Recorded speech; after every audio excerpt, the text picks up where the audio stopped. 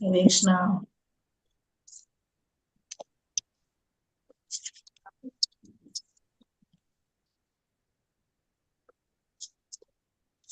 ഹരേ കൃഷ്ണ.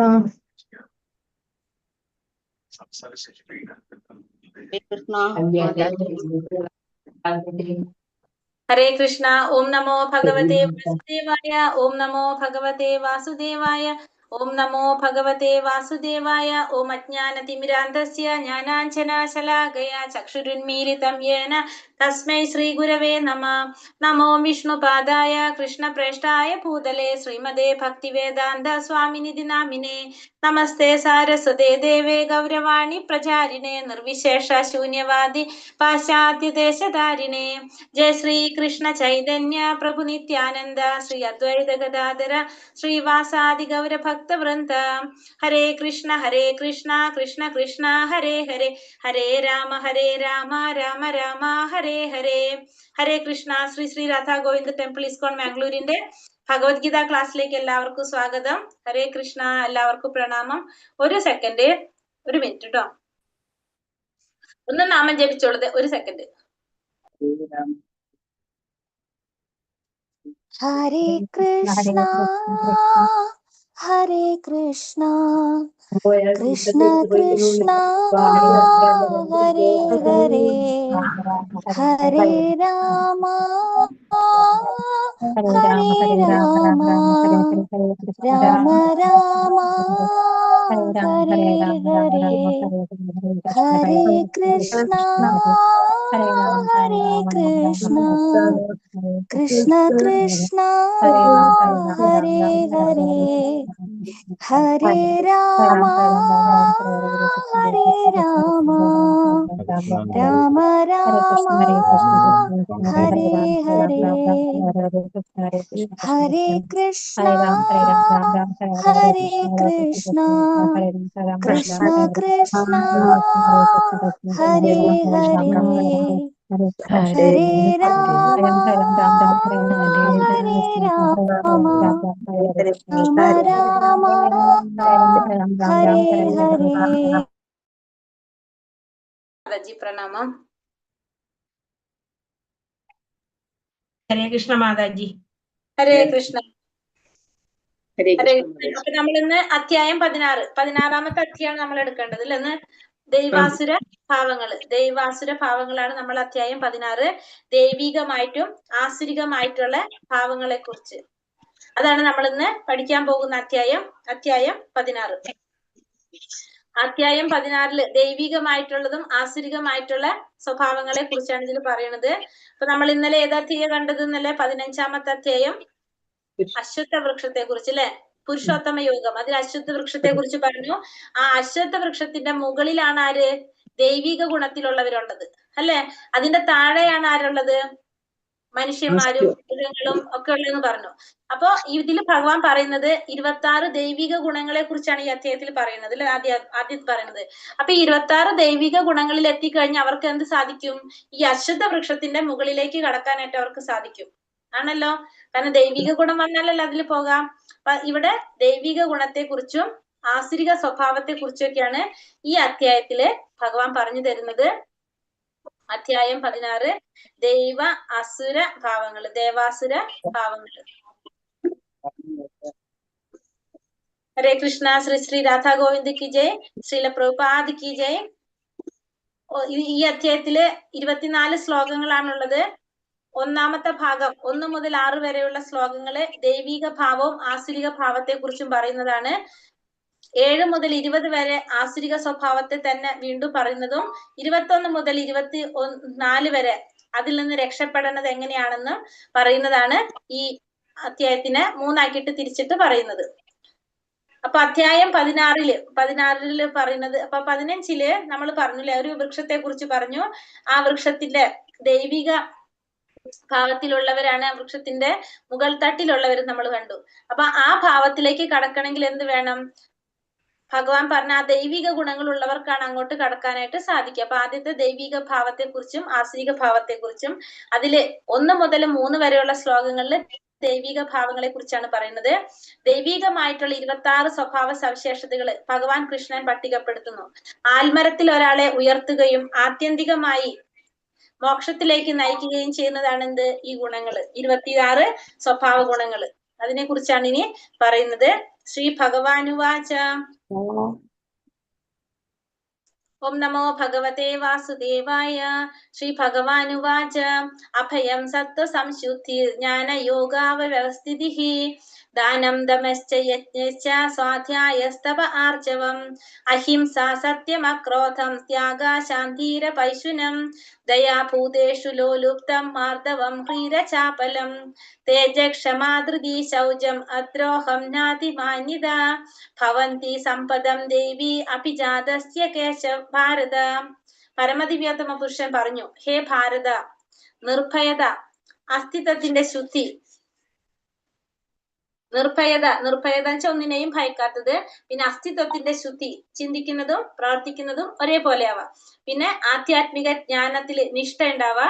ദാനം, ആത്മനിയന്ത്രണം, യജ്ഞം, വേദപഠനം, തപസ്, ലാളിത്യം, അഹിംസ, സത്യം, ക്രോധമില്ലായ്മ, ത്യാഗം, ശാന്തി, പരദൂഷണത്തിൽ വെറുപ്പ്, സഹജീവികളോട് കാരുണ്യം, ലോഭമില്ലായ്മ, മൃദുല സ്വഭാവം, വിനയം, സ്ഥിരനിശ്ചയം, തേജസ്, ക്ഷമ, ധൈര്യം, ശൗചം, അസൂയാരാഹിത്യം, ബഹുമതിക്കുള്ള വാഞ്ചയില്ലായ്മ, ഇതെല്ലാം ദിവ്യ പ്രകൃതിയാൽ അനുഗ്രഹീതരായ ദൈവികതയുള്ളവർക്കുള്ള ഗുണങ്ങളാണ്. അപ്പൊ ദൈവികതയിലുള്ളവരുള്ള ഗുണങ്ങളാണ് ഈ പറഞ്ഞത്.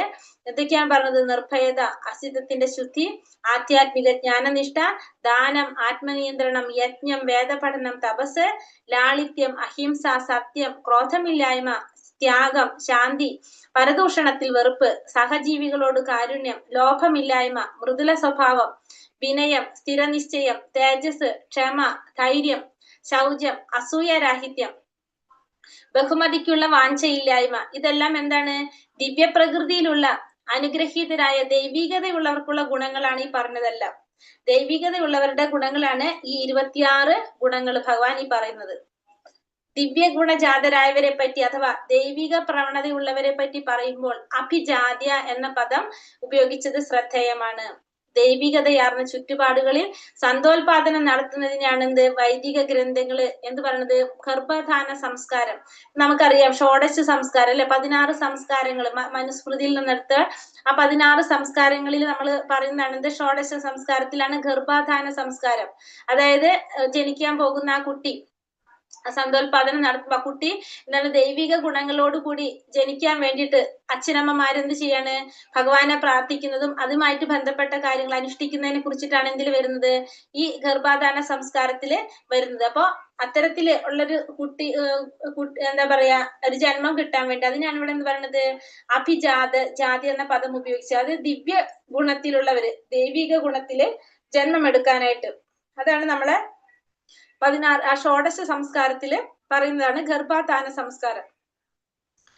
അടുത്തത് പറഞ്ഞത് ദമ്പോ ദർപ്പോഭിമാനശ്ച ക്രോധ പാരുഷ്യമേവച അജ്ഞാനം ചാഭിജാതസ്യ പാർത്ഥ സമ്പാദമാസുരീം.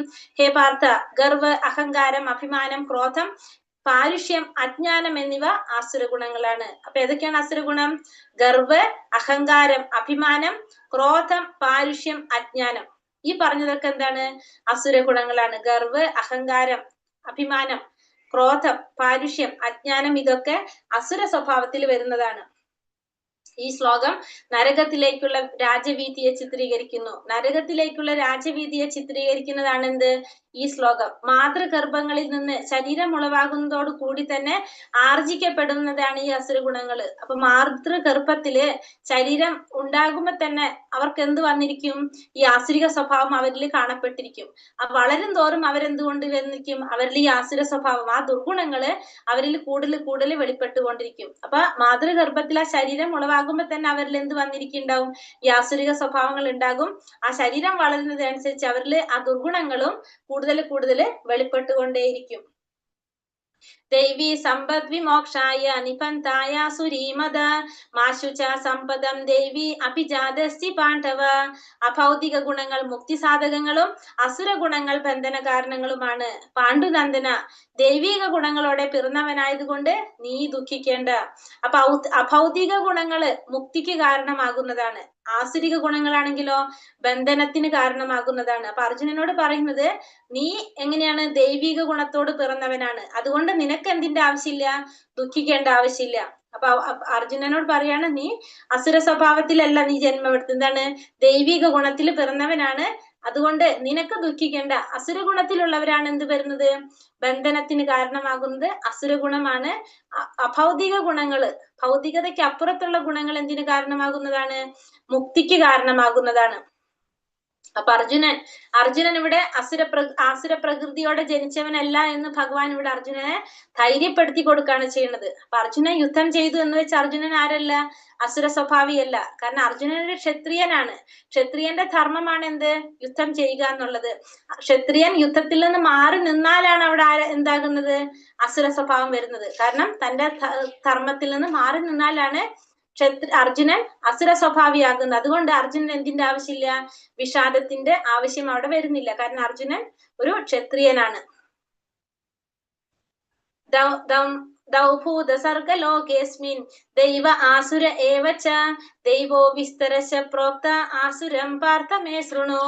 ഹേ പാർത്ഥ, ഈ ലോകത്തിലുള്ള എല്ലാ സൃഷ്ടികളും ആസുരം ദൈവികം എന്നീ രണ്ട് വിഭാഗങ്ങളിൽ ഒന്നിൽപ്പെടും. ഞാൻ ദൈവിക ഗുണങ്ങളെ പറ്റി വിസ്തരിച്ചു പറഞ്ഞുവല്ലോ, ഇനി ആസുരങ്ങളായവയെ പറ്റി പറയാം. അപ്പൊ ഇവിടെ പറയാണ്, ഈ ലോകത്തിൽ രണ്ട് സൃഷ്ടിയാണുള്ളത്, ഒന്ന് ആസുരികമായിട്ടും ഒന്ന് ദൈവികമായിട്ടും.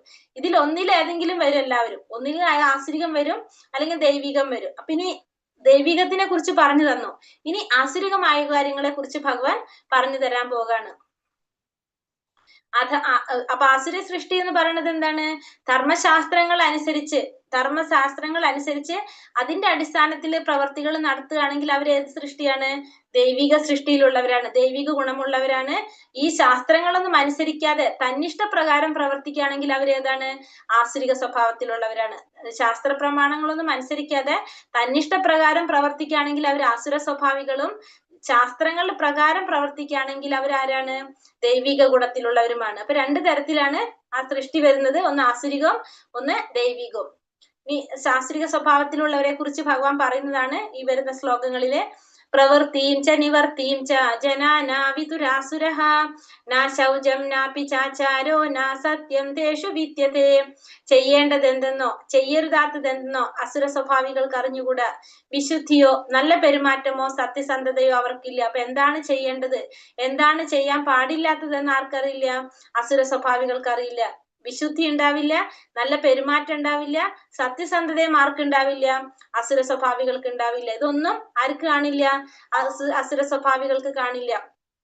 ചെയ്യേണ്ടതും ചെയ്യാൻ പാടില്ലാത്തതും അവർക്കറിയില്ല. കാരണം എന്തുകൊണ്ടാണ്, ശാസ്ത്രങ്ങളെ കുറിച്ച് യാതൊരു അറിവും ഇല്ല അവർക്ക്. അപ്പൊ അതുകൊണ്ട് പ്രവൃത്തി നിവർത്തി രണ്ടും അവർക്കറിയില്ല. പ്രവൃത്തി എന്ന് വെച്ചാൽ ചെയ്യേണ്ടത്, നിവർത്തി എന്ന് വെച്ചാൽ ചെയ്യാൻ പാടില്ലാത്തത്. പിന്നെ എന്താണ്, ശുദ്ധിയെ കുറിച്ച് എന്താ പറയണത്, കുളി, പല്ല് തേപ്പ്, വസ്ത്രം മാറ്റൽ മുതലായവ പതിവായി ചെയ്ത് ശരീരം ശുദ്ധിമാക്കി വെക്കുന്നതിൽ എല്ലാവരും ശ്രദ്ധിക്കണം. അതാണ് ബാഹ്യശുദ്ധി.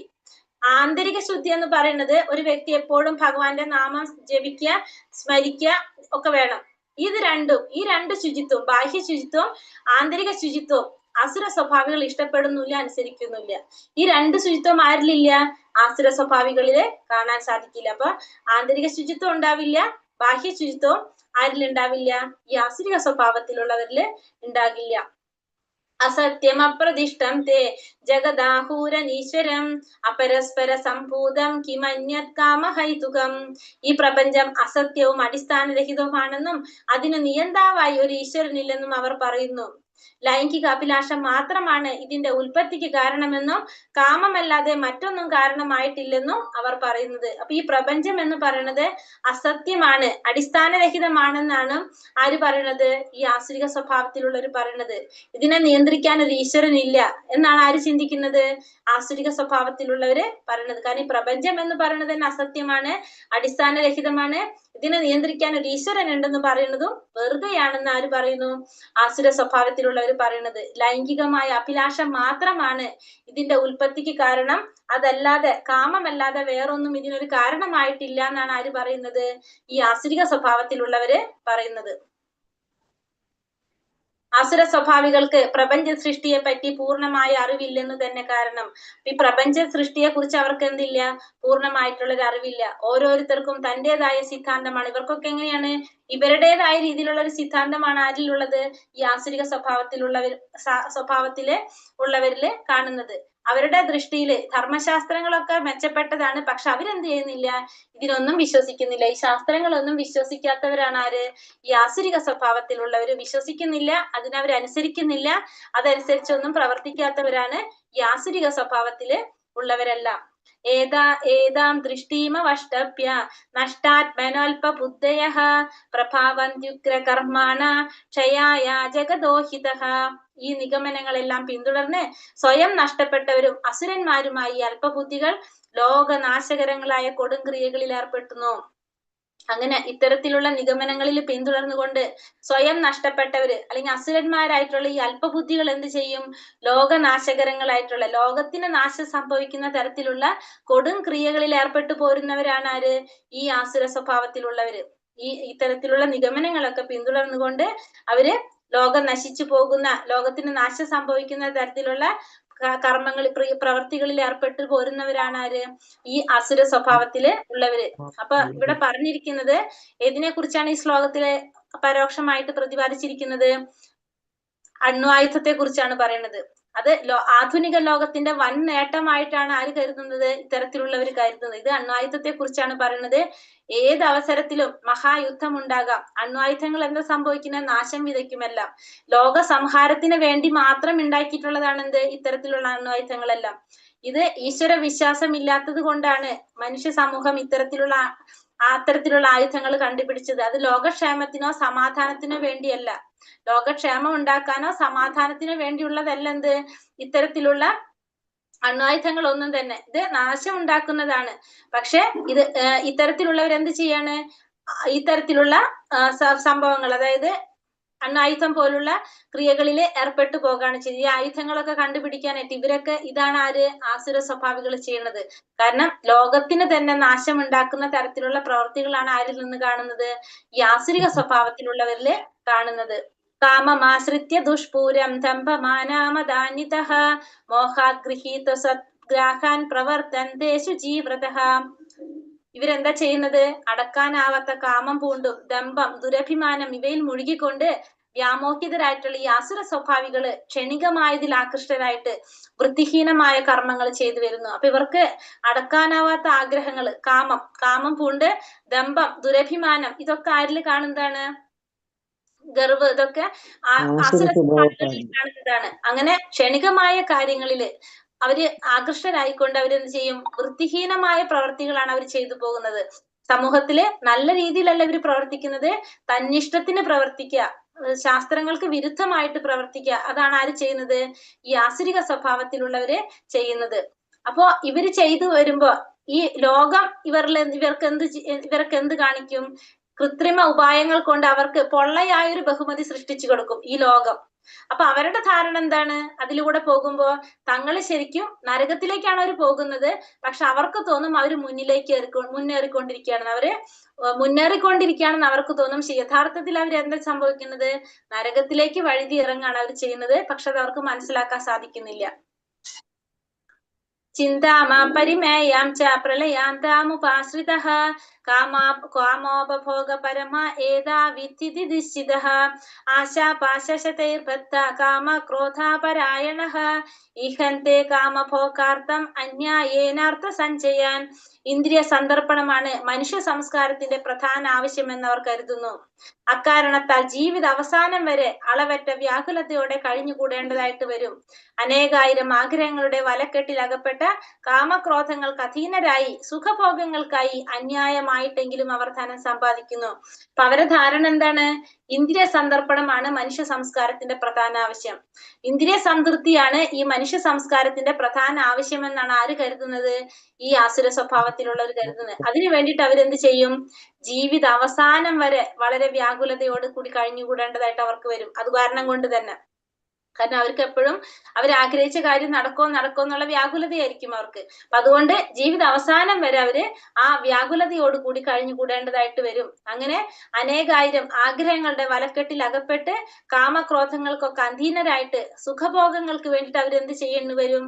അന്യായമായിട്ടെങ്കിലും ധനം സമ്പാദിക്കേണ്ടതായിട്ട് വരും. ന്യായമായ രീതിയിലല്ല, അന്യായമായിട്ട്. കാരണം അവർ ആഗ്രഹങ്ങൾ മുഴുവനാക്കാൻ വേണ്ടിയിട്ട് അന്യായമായിട്ടെങ്കിലും അവര് ധനം സമ്പാദിക്കേണ്ടതായിട്ട് വരും. അസുര സ്വഭാവി ഈശ്വരനിലോ തന്നിൽ തന്നെയുള്ള പരമാത്മാവിലോ വിശ്വസിക്കാത്തത് കൊണ്ട് ഇന്ദ്രിയ സുഖങ്ങൾക്കായി മാത്രം പാപകർമ്മങ്ങൾ ചെയ്യുന്നു. അപ്പൊ അസുര സ്വഭാവം എന്താണ്? ഭഗവാനിൽ വിശ്വസിക്കുന്നില്ല, തന്നിലുള്ള പരമാത്മാവിൽ വിശ്വസിക്കുന്നില്ല. അതുകൊണ്ട് ഇന്ദ്രിയ സുഖങ്ങൾക്ക് വേണ്ടിയിട്ട് അവരെന്ത് ചെയ്തുകൊണ്ടിരിക്കും? പാപകർമ്മങ്ങൾ ചെയ്തുകൊണ്ടിരിക്കും. തന്റെ ഹൃദയത്തിൽ ഒരു സാക്ഷി കുടികൊള്ളുന്നെന്ന് അയാൾക്ക് അറിയാൻ സാധിക്കില്ല. നമ്മുടെ ഉള്ളിൽ ആരുണ്ട്? പരമാത്മാവായിട്ട് ഭഗവാൻ ഇരിക്കുന്നുണ്ട്. നമ്മൾ ചെയ്യുന്ന ഓരോ പ്രവൃത്തികൾക്കും സാക്ഷിയാണത്. വ്യക്തിഗതമായിട്ടുള്ള ജീവാത്മാവ് ചെയ്യുന്ന എല്ലാ കർമ്മങ്ങൾക്കും സാക്ഷിയാണ് ആര്? പരമാത്മാവായിട്ടിരിക്കുന്നത്. ആ ഉപനിഷത്തിൽ പറയുന്നതാണത്. ആ രണ്ട് പക്ഷികൾ ഒരേ വൃക്ഷത്തിലിരിക്കുന്നത്, ഒന്നെന്ത് ചെയ്യുന്നു? ശാഖകൾ തോറും കയ്പും മധുരമുള്ള പഴങ്ങൾ കഴിച്ചുകൊണ്ടിരിക്കുന്നു. മറ്റേത് ആ ജീവാത്മാവ് ചെയ്യുന്ന കർമ്മങ്ങൾക്കെല്ലാം സാക്ഷിയായിട്ട് നിലകൊള്ളുന്നതാണ് എന്ത്? മറ്റേ പക്ഷി. ഇത് ആർക്കും അറിയാൻ സാധിക്കുന്നില്ല? ഈ ആസുര സ്വഭാവത്തിലുള്ളവർക്ക് മനസ്സിലാക്കാനായിട്ട് സാധിക്കില്ല. ഇതമധ്യമയാ ലബ്ധം ഇമം പ്രാപ്സ്യേ മനോരഥം ഇതമപ്സീതമപി മേ ഭവിഷ്യതി പുനർധനം അസൗ മയാ ഹതാ ശത്രുർ ഹനീഷേ ചാപരാനപി ഈശ്വരോഹമഹം ഭോഗി സിദ്ധോഹം ബലവാൻ സുഖി ആഢ്യോപി ജനവാനസ്മി കോന്യോസ്തി സാദൃശ്യോ മയാ യക്ഷ്യേ ദാസ്യാമി മോതിഷ ഇതി ജ്ഞാനാ വിമോഹിതഃ. ആസുര സ്വഭാവി ഇങ്ങനെ വിചാരിക്കും.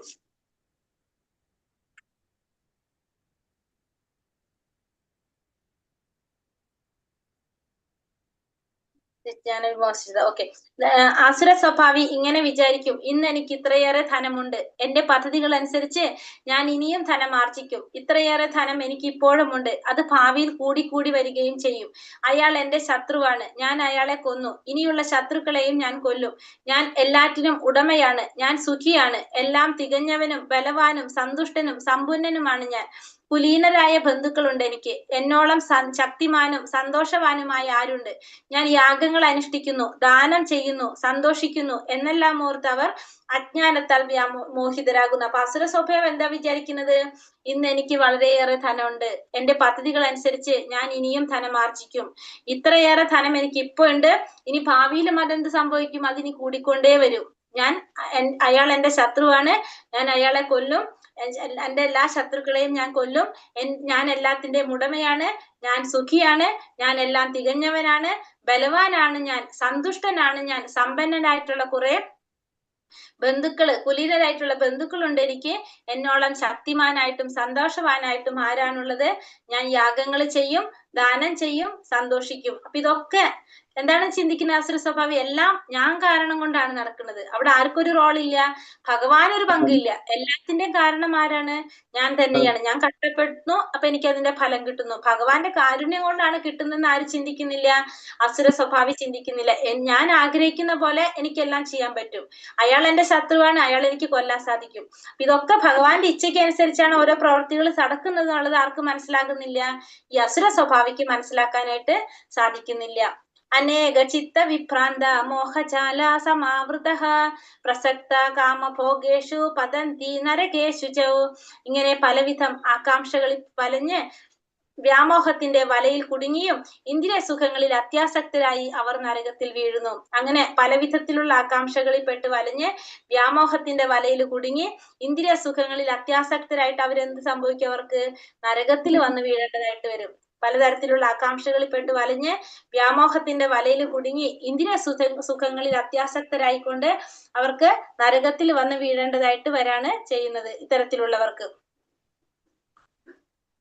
ആസുര പ്രകൃതിയുള്ള ഓരോ മനുഷ്യനും വിചാരിക്കുന്നു മറ്റുള്ളവരെ എല്ലാം ബലി കഴിച്ച് തനിക്ക് സസുഖം ജീവിക്കാൻ കഴിയുമെന്ന്. താൻ തന്നെയാണ് പരമേശ്വരൻ എന്നാണ് ആര് ചിന്തിക്കുന്നത്? ആസുര പ്രകൃതിയിലുള്ള വ്യക്തി എന്താ ചിന്തിക്കുന്നത്? തനിക്ക് സുഖിക്കാനായിട്ട് മറ്റുള്ളവരെ ബലി കഴിപ്പിക്കാനായിട്ട് ആർക്കും ഒരു പ്രയാസം ഉണ്ടാവില്ല. അസുര സ്വഭാവത്തിലുള്ളവർക്ക് യാതൊരു മടി ഉണ്ടാവില്ല. കാരണം ആരാണ് ഈശ്വരൻ? ഞാൻ തന്നെയാണ് ഈശ്വരൻ. പിന്നെ അസുരന്മാര് ചിന്തിക്കുന്നത് അത്തരം ഒരു ഉപദേഷ്ടാവ് അനുയോഗികളോട് പറയും. അപ്പൊ ഞാനാണ് ഈശ്വരൻ എന്ന് വിചാരിക്കുന്ന വ്യക്തി മറ്റുള്ളവരോട് എന്താ പറയുന്നത്? നീ എന്തിനാണ് മറ്റുള്ളവർ ഈശ്വരനെ തേടുന്നത്? നീ തന്നെ ഈശ്വരനല്ലേ. അപ്പൊ നിനക്ക് ഇഷ്ടം പോലെ ഈശ്വരനിൽ വിശ്വസിക്കേണ്ട, നിനക്ക് ഇഷ്ടം പോലെ ചെയ്യാലോ, ഈശ്വരനെ വിശ്വസിക്കേണ്ട ആവശ്യമില്ലല്ലോ, ഈശ്വരനെ മറന്നേക്കൂ എന്നൊക്കെ ആര് പറയും? മറ്റുള്ളവർ. അതായത് താനാണ് ഈശ്വരൻ എന്ന് ചിന്തിക്കുന്ന ഒരു വ്യക്തി മറ്റുള്ളവരോടും അതേപോലെ തന്നെ പറയും. ഉത്കൃഷ്ട ലോകങ്ങളിലേക്കുള്ള പ്രയാണത്തെ സംബന്ധിച്ചാകട്ടെ യജ്ഞങ്ങളുടെ സ്വാർത്ഥതയെ അയാൾ നിരാകരിക്കും. തങ്ങൾക്ക് പ്രത്യേകമായൊരു യജ്ഞപ്രക്രിയ കണ്ടുപിടിക്കാമെന്നും ഉപരിലോകത്തിലേക്ക് എത്താനായിട്ട് ഉപയുക്തമായൊരു യന്ത്രം കണ്ടുപിടിക്കാമെന്നും അസുര സ്വഭാവികൾ വിചാരിക്കും. ഇതിന് പറ്റിയൊരു ഉദാഹരണമാണ് ആര്? രാവണൻ. അപ്പൊ അതേപോലെ തന്നെ ഉത്കൃഷ്ട ലോകങ്ങളിലേക്ക് പോകുന്നതിനെ കുറിച്ച് അവരെന്താ പറയണത്?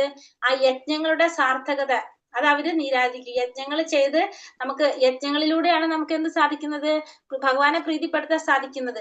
അതിനെ അവര് നിരാകരിക്കും. പിന്നെ അവര് സ്വന്തമായിട്ട് യജ്ഞപ്രക്രിയകൾ കണ്ടുപിടിക്കും. പിന്നെന്താ പറയണത്?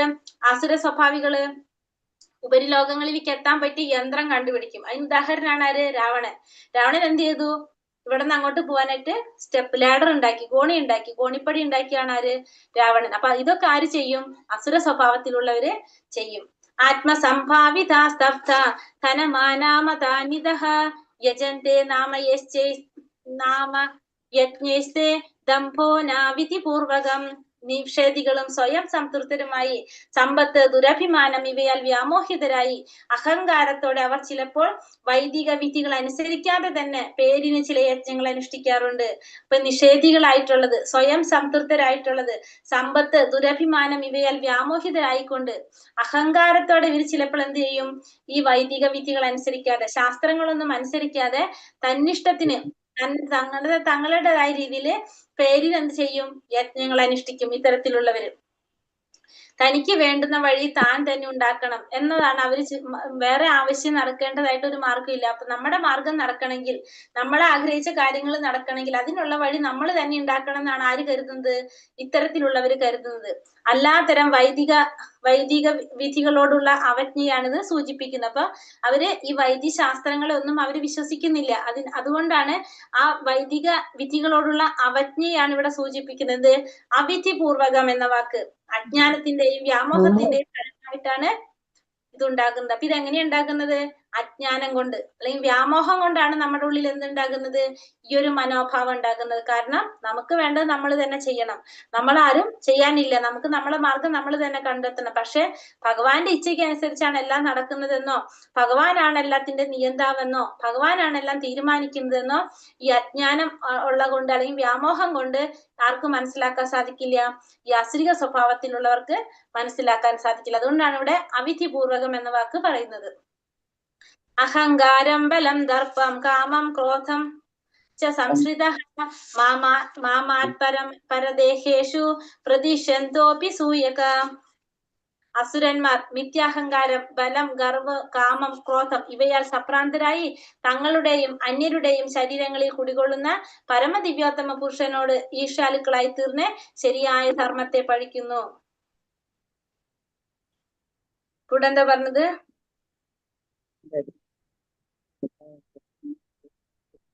അവിടെ അസുരന്മാര് മിഥ്യാഹങ്കാരം കൊണ്ട് അല്ലെങ്കിൽ ബലം, ഗർവ്, കാമം, ക്രോധം ഇവയാൽ സംഭ്രാന്തരായിക്കൊണ്ട് തങ്ങളുടെ അല്ലെങ്കിൽ അന്യരുടെ ശരീരത്തിൽ കുളികൊള്ളുന്ന പരമാത്മാവ്, എല്ലാവരുടെ ഉള്ളിലും ആരുണ്ട്? പരമാത്മാവുണ്ട്. ആ പരമാത്മാവിനോട് ഈർഷ്യാലുക്കളായി തീർന്നിട്ട് അവരെന്ത് ചെയ്യും? സ്വന്തം ശരിയായ ധർമ്മത്തെ ഭരിക്കും. അവര് കാരണം ഭഗവാനിൽ വിശ്വസിക്കാത്തവരാണ് അവര്. അതുകൊണ്ട് തന്നെ അവര് ഭഗവാനോട് ഈർഷ്യാലുക്കളായി തീർന്നിട്ട് ശരിയായ ധർമ്മത്തെ അവര് പഴിക്കുന്നു. ഈശ്വരന്റെ അതീശത്തെ സദാ എതിർക്കുന്ന അസുരഭാവികൾ ധർമ്മശാസ്ത്രങ്ങളിൽ വിശ്വസിക്കുന്നില്ല. അപ്പൊ ഭഗവാനെ എതിർക്കുന്ന ഇവരൊന്നും ഒരിക്കലും എന്തിൽ വിശ്വസിക്കുന്നില്ല? ധർമ്മശാസ്ത്രങ്ങളിൽ വിശ്വസിക്കുന്നില്ല. അവയെക്കുറിച്ച് പരമപുരുഷന്റെ സത്തയെക്കുറിച്ച് ഈർഷ്യാലുക്കളാണ് അവർ. അപ്പൊ ഇതിനെ കുറിച്ചും ഭഗവാന്റെ ആ സത്തയെക്കുറിച്ചും എല്ലാം അവരെങ്ങനെയാണ്? ഈർഷ്യാലുക്കളാണ്. തങ്ങളുടെ ദുരഭിമാനവും ശക്തിയും സമ്പാദിച്ചു കൂട്ടിയ ധനമാണ് ഇതിന് കാരണം. അപ്പൊ അവരൊക്കെ ഈർഷ്യാലു ആവാൻ കാരണം എന്താണ്? അവരുടെ ദുരഭിമാനം, പിന്നെ അവരുടെ ശക്തി, സമ്പാദിച്ചു കൂട്ടിയ ധനം. ഈ 3 കാരണങ്ങൾ കൊണ്ട്, ദുരഭിമാനം കൊണ്ടും ശക്തി കൊണ്ടും ധനം കൊണ്ടും അവരെന്തായിട്ട് മാറാണ്?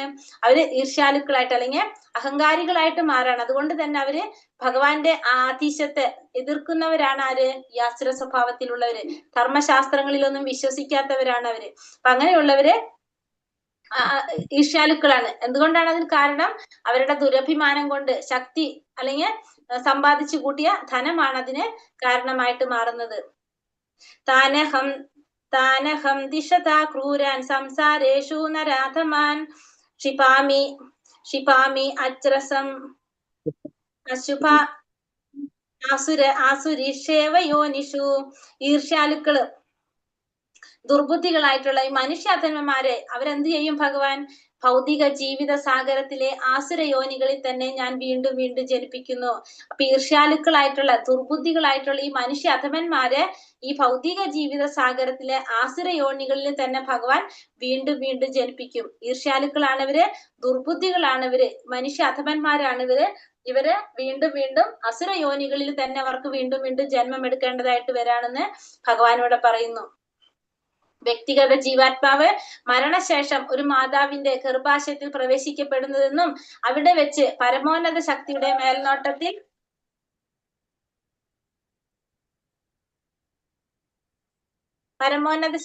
മേൽനോട്ടത്തിൽ പ്രത്യേകമായ ഒരു ശരീരം കൈക്കൊള്ളുന്നുവെന്നും ശ്രീമദ് ഭാഗവതം 3-ാം സ്കന്ധത്തിൽ പറയുന്നുണ്ട്. അതുകൊണ്ടാണ് ഈ ഭൗതിക ലോകത്തിൽ അനേക വിധത്തിലുള്ള ജീവഗണങ്ങളെ നാം കാണുന്നത്. ഈ ജീവികളെല്ലാം ആകസ്മികമായി ജനിക്കുകയല്ല, എല്ലാം ഉത്കൃഷ്ട ശക്തിയുടെ ക്രമീകരണങ്ങളാണ്.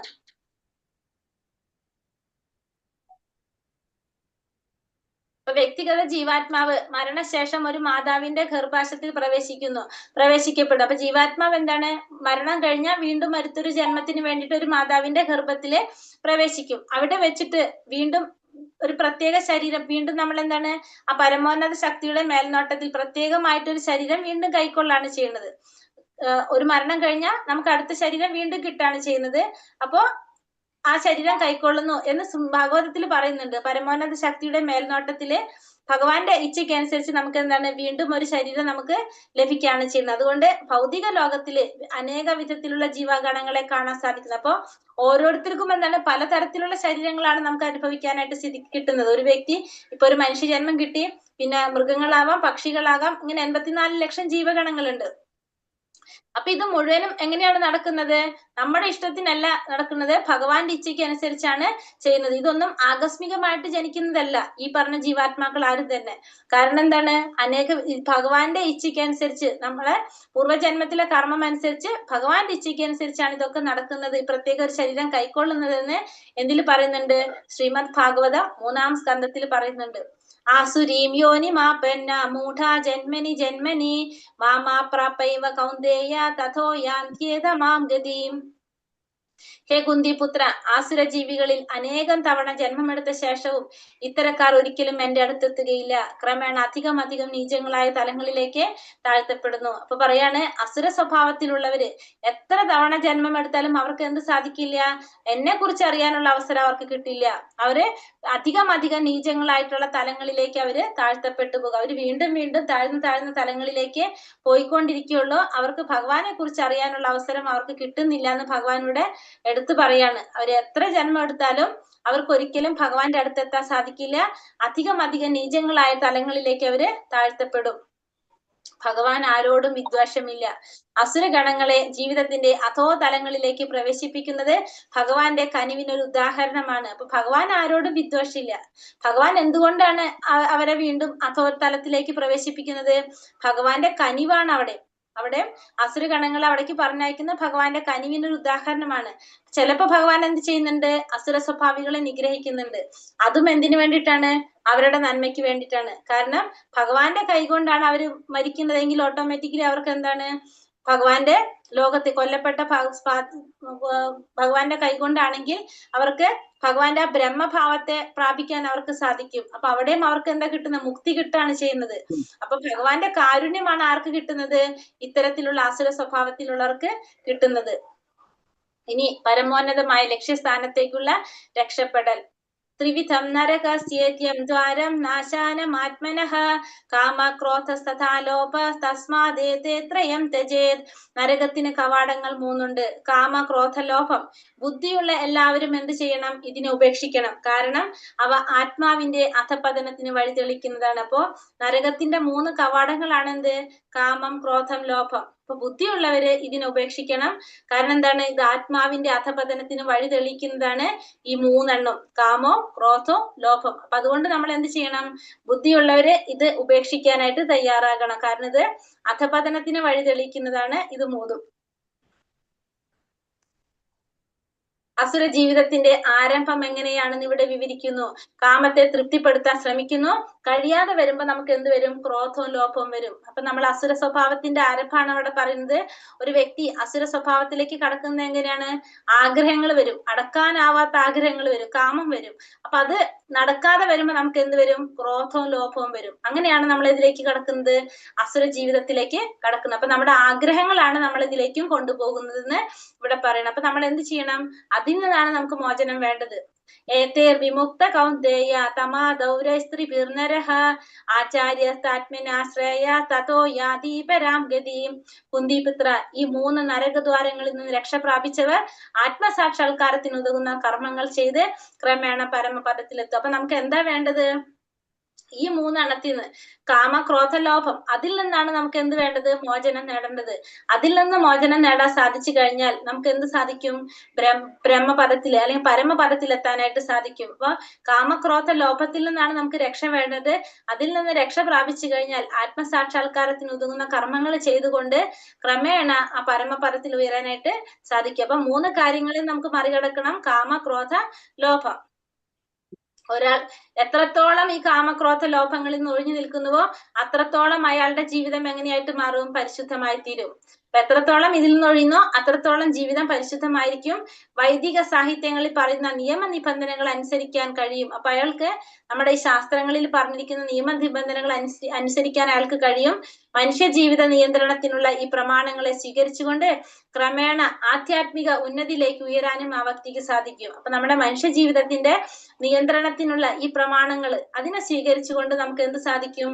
ക്രമേണ ആധ്യാത്മിക ഉന്നതിയിലേക്ക് ഉയരാനും കൃഷ്ണാവബോധം വരെ എത്തിക്കഴിഞ്ഞ ആ വ്യക്തിക്ക് എന്താണ്? വിജയം കൈവരിക്കാനും സാധിക്കും. അപ്പൊ ഇതിനെല്ലാത്തിനും നമ്മൾ വേണ്ടത് എന്താണ്?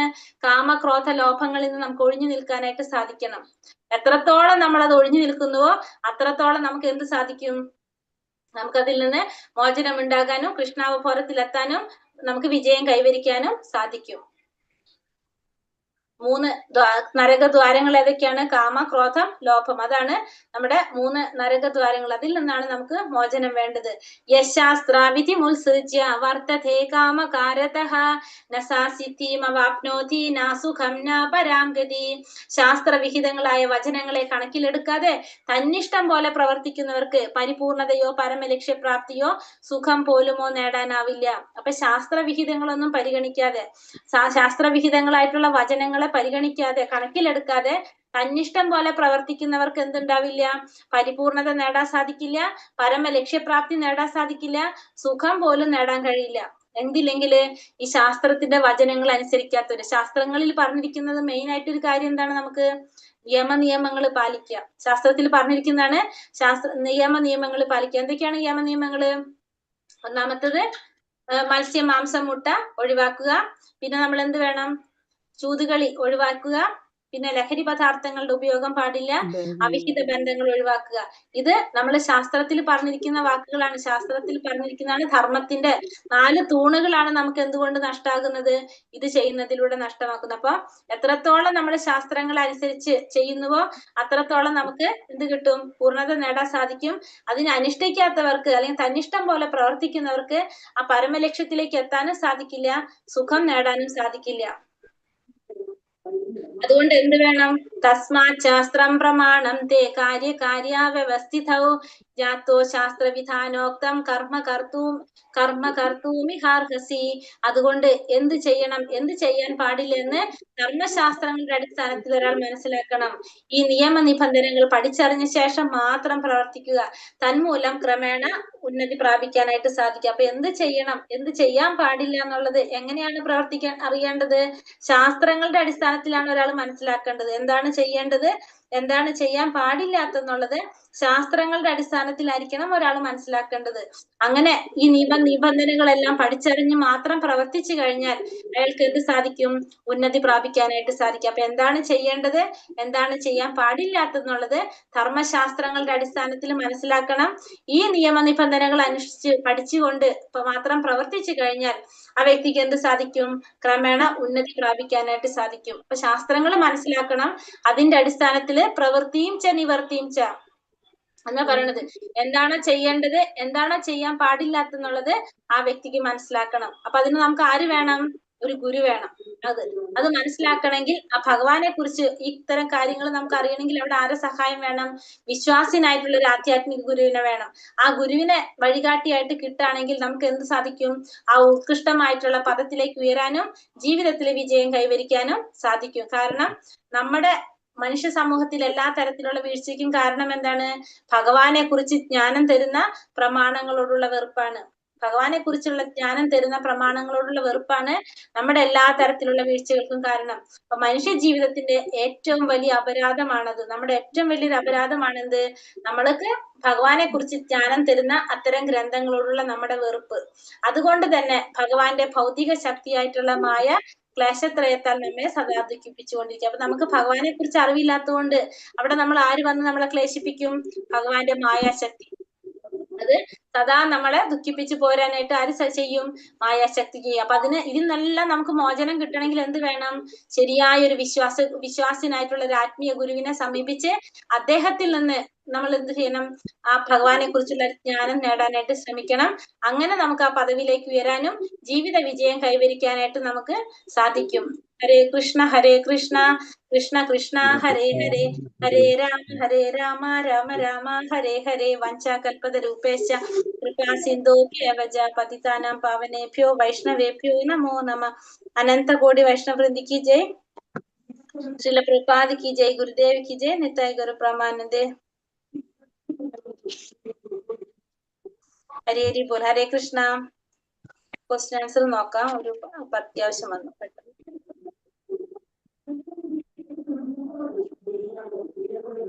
ഹരേ കൃഷ്ണ. ദിവ്യ പ്രകൃതിയിൽ അനുഗ്രഹീതരായവർക്കുള്ള ദൈവിക ഗുണങ്ങൾ എന്തൊക്കെയാണ്? 26 ഗുണങ്ങൾ. 1 തൊട്ട് 3 വരെയുള്ള ശ്ലോകങ്ങൾ പറഞ്ഞില്ലേ? 26 ഗുണങ്ങള്.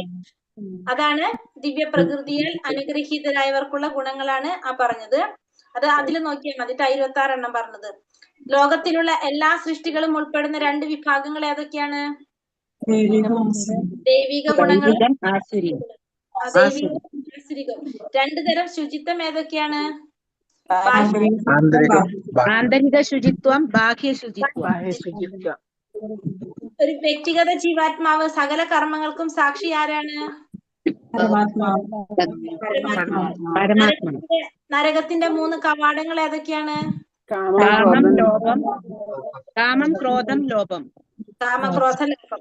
എങ്ങനെയുള്ളവർക്കാണ് പരിപൂർണതയോ ലക്ഷ്യപ്രാപ്തിയോ സുഖമോ നേടാൻ സാധിക്കാത്തത്?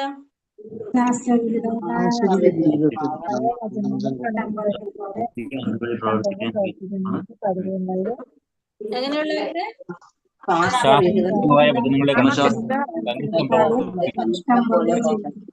ശാസ്ത്രവിഹിതങ്ങളായ വചനങ്ങളെ കണക്കിലെടുക്കാതെ തന്നിഷ്ടം പോലെ പ്രവർത്തിക്കുന്നവർക്ക്. ശാസ്ത്രവചനങ്ങളെ കണക്കിലെടുക്കാതെ തന്നിഷ്ടം പോലെ പ്രവർത്തിക്കുന്നവർക്ക് സാധിക്കില്ല. യമനിയമങ്ങൾ ഏതൊക്കെയാണ്? മത്സ്യം മാംസം കഴിക്കരുത്, ലഹരി പദാർത്ഥം കഴിക്കരുത്, കൂടിണ്ട് അവിഹിത ബന്ധം, 3 ഒരെണ്ണം കൂടി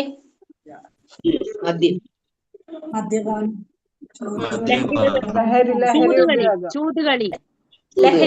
ലഹരി പറഞ്ഞപ്പോ ആ ലഹരി പറഞ്ഞു. ചൂതുകളി അതൊക്കെ അതായത് 4 യമനിയമങ്ങൾ പറയുന്നത്. മനുഷ്യ സമൂഹത്തിന്റെ എല്ലാ തരം വീഴ്ചയ്ക്കും കാരണം എന്താണ്?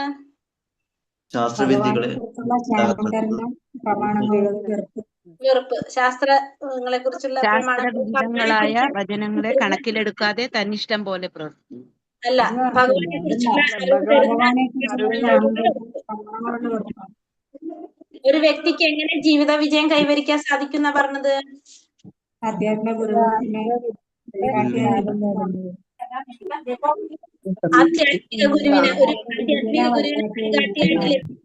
സമുത്കൃഷ്ടമായിട്ടുള്ള പദവിയിലേക്ക് ഉയരാനായിട്ടും ജീവിത വിജയം കൈവരിക്കാനായിട്ട് സാധിക്കും. ഒരു ആധ്യാത്മിക ഗുരു ഉണ്ടെങ്കിൽ ഒരു വ്യക്തിക്ക് അത് ചെയ്യാനായിട്ട് സാധിക്കും എന്നാണ് ഇതിൽ പറയുന്നത്. ഹരേ കൃഷ്ണ. ഈ പറഞ്ഞതിൽ